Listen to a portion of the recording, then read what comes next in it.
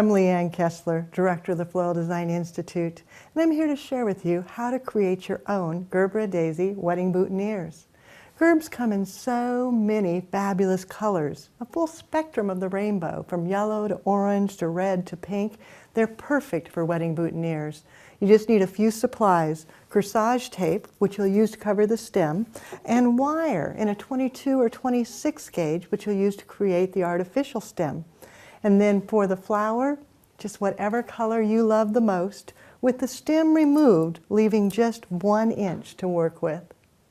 Bend your wire into a hairpin and then feed it right through the bloom. Doesn't have to go through the exact center. Feed it in and then pull it till it just disappears and you can't see it anymore. Then, using your corsage tape, wrap right from the top of the stem down, cutting the wire to your desired length, usually 2 to 3 inches. Then continue wrapping, making sure you cover the bottom of the wire so there's no chance of being poked with a sharp end.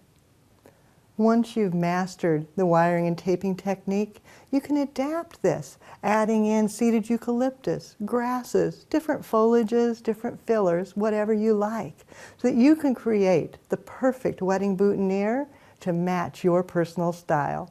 Have fun and do something you love.